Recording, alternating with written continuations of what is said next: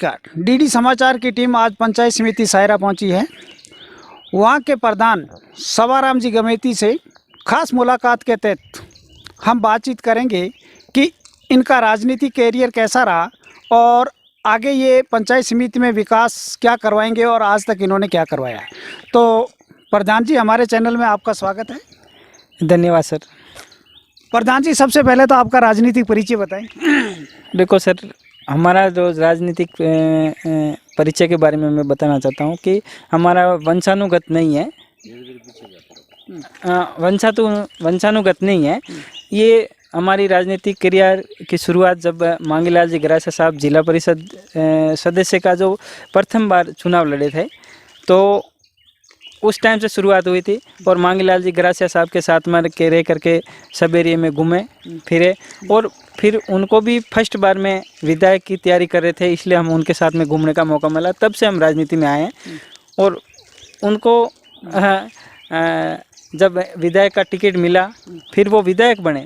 विधायक बनने के बाद में हम साल भर साथ में घूमे फिरे, और फिर बाद में मैं तो नौकरी करना चाहता था, लेकिन मांगीलाल जी गरासिया साहब ने मेरे को इस राजनीति में फिर सरपंच पद पे उन्होंने कहा कि भाई आप सरपंच के लिए तैयारी करो और सरपंच बनो। तो एक बार तो हमें उनसे मना भी कर दिया, नाराज़ भी हुआ कि आप करो राजनीति, हमें नहीं करनी, हम नए हैं, यूँ करके। लेकिन उन्होंने कहा भाई कि आप अपन गरासिया और गमेती समाज अपने एरिया में हैं, तो अपन मिल के काम करेंगे यूँ।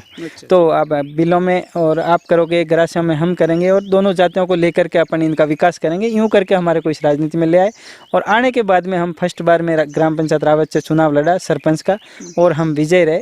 विजय होने के बाद में हमने फिर बाद में ये उसी टाइम से हम राजनीति में आए। उसके बाद में हम 2005 तक सरपंच रहे, 2005 से 10 तक हम उप प्रधान रहे पंचायत समिति गोगुना से। फिर हम 2011 से अब तक हम ग्राम सेवा सहकारी समिति सुहातोंगुड़ा से अध्यक्ष भी हैं। और पिछले 2014 से हम 19 तक हम ग्राम पंचायत चित्रावा से भी सरपंच रहे। और अभी तो वापस चुनाव लड़वाया। हमारे माननीय जाला साहब, माननीय मांगीलाल जी गरासिया साहब ने कहा कि भाई आप तैयारी करो, पंचायत समिति सायरा में टीएसपी हो गई है और प्रधान की सीट भी पुरुष है, तो आप तैयारी करो, यूँ करके कहा। तो हमने सभी, हमारे समाज के जो लोग हैं और दूसरे समाज के भी लोग थे, राजपूत है, ब्राह्मण है, सभी जातियों में हमने संपर्क करके सायरा में बोर्ड बनने के बाद में जब हमें प्रधान का मौका मिला, तो अब सर अब आप प्रधान बन गए हो, तो ये जो मतलब एरिया है, जो पिछड़ा एरिया कह सकते हैं इसको, तो पंचायत समिति के अंदर आप सबसे पहले शिक्षा के बारे में क्या करवाओगे और क्या करवाना बाकी है और क्या करवाया है? देखो, शिक्षा के बारे में तो वैसे सरकार ने, भले कांग्रेस सरकार हो भले बीजेपी सरकार हो, उन्होंने काफ़ी कुछ करा है। जैसे पिछली कांग्रेस सरकार थी, जब पहले गेलो साहब आए थे फर्स्ट बार में, उसी टाइम पे सीपी जोशी साहब शिक्षा मंत्री थे। उन्होंने हर फले में जहाँ 40 बच्चे थे, वहाँ राजीव गांधी स्कूलें खोल करके उन्होंने शिक्षा के क्षेत्र में काफ़ी कुछ किया था। लेकिन उसके बाद में बिल्डिंगों की कमी थी, तो सर्व शिक्षा अभियान चालू हुआ था, उसमें सभी बिल्डिंगें हुई थी और बिल्डिंगें भी हो गई थी। और उसके बाद में अब भी कहीं कहीं शिक्षा की कमी ही थी, तो अध्यापकों की कमी थी, तो अध्यापक नहीं थे। लेकिन पिछले कार्यकाल में अध्यापकों की भी पूर्ति हुई है। अब एक डिपार्टमेंट है जो संस्कृत डिपार्टमेंट है, उसमें शिक्षकों की कमी चल रही है। तो हम सरकार से, मैं मंत्री जी है उनसे मिल करके कोशिश करेंगे कि भाई किस तरह से इनमें भर्ती निकाल करके इनमें भी शिक्षा की अलग जगह जाए।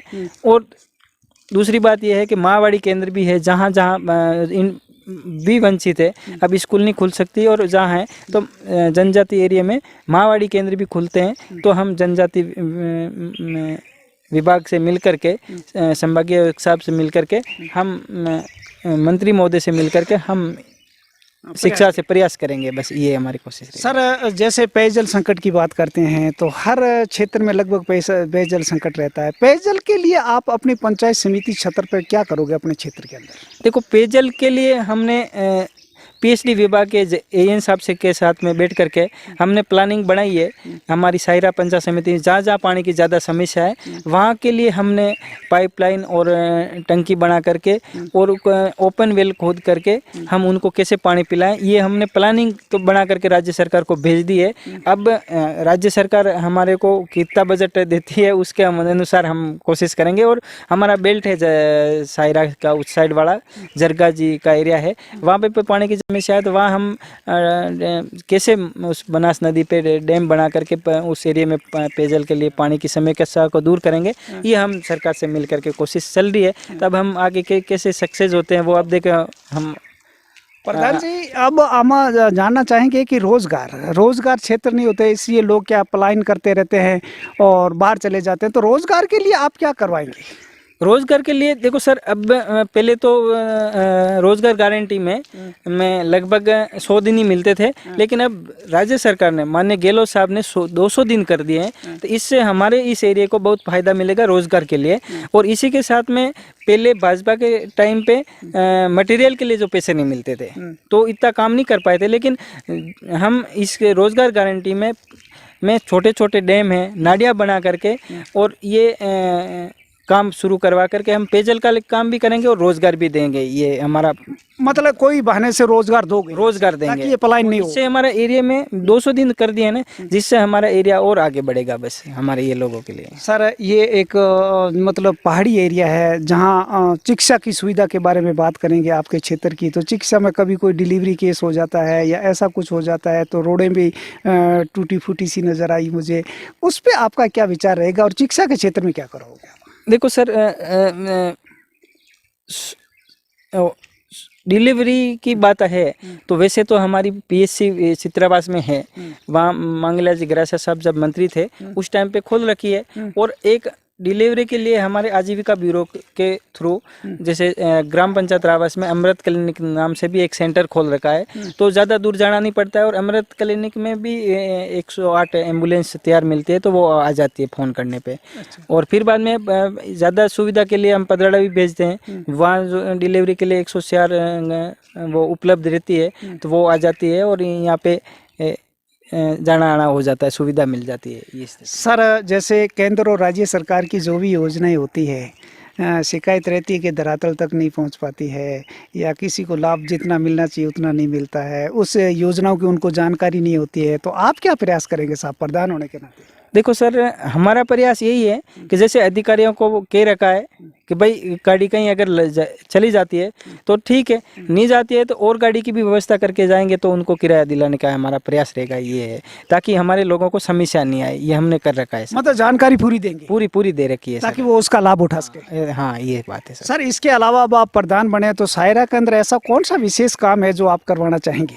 देखो, 2-4 काम है, जैसे एक तो पेयजल के लिए है और एक वन अधिकार के लिए है और एक विद्युत लाइन के लिए और एक हमारी हॉस्पिटल भी है सायरा में, उसको डेवलप करना ये हमारी प्राथमिकता रहेगी। कि भाई हम, क्योंकि सायरा पहले पंचायत समिति नहीं थी, अब पंचायत समिति बनी है तो जितनी सुविधा हमारी ब्लॉक लेवल पे मिलनी चाहिए। जैसे से कोई भी आप कह रहे हो, जैसे डिलीवरी का मामला है, बीमारी का मामला है, तो सीधे पदराड़ा जाने के बाद में, चित्रावा जाने के बाद में सीधे गोगुंदा या फिर उदयपुर रेफर किए जाते हैं, तो सायरा नहीं जाते हैं। तो हम कोशिश करें कि हमारा सायरा में PSC है उसको हम विकसित करें और फिर बाद में उनको सुविधा दिलाएंगे। ये 2-3 काम हमारे रहेंगे सर। सर, आगे होली का त्यौहार आ रहा है, इस पे आप जनता को क्या संदेश देना चाहेंगे?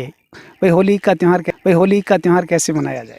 देखो, होली का त्यौहार तो लोग अपने अपने हिसाब से वैसे मनाते हैं, लेकिन इस त्यौहार पे ऊपर हम कोशिश करेंगे वार्ड पंच सरपंचों के थ्रू कि भाई कोरोना बीमारी चल रही है तो इनका विशेष ध्यान रखें, डिस्टेंस रखें और अपने साफ सफाई का ध्यान रखें और इनसे बच के रहें। जितनी दूरी बना करके रहना है उतने और कम लोग इकट्ठे हो गए, क्योंकि बाहर जब भी मजदूरी करने जाते हैं तो वहाँ से भी लोग आते हैं, तो और बाहर भी लड़के हैं जो सूरत बम्बई गए हुए हैं वो भी आए, तो उनसे दूरी बना करके रखें। यही हम उन लोगों से अपील करेंगे सर। अभी हमने सायरा प्रधान से बातचीत की, इन्होंने बताया कि चहुमुखी विकास करवाना मेरा प्रथम लक्ष्य रहेगा, चाहे कर्मचारियों का सहयोग हो, विपक्ष का सहयोग हो, सभी को साथ लेके मैं विकास कराना ही मेरा प्रथम लक्ष्य है और विकास की गंगा बहाएंगे और किसी प्रकार की जनता को कोई परेशानी नहीं आने देंगे। डीडी समाचार से मैं मुंशीराम डागला, मेरे साथ मनीराम भाटी।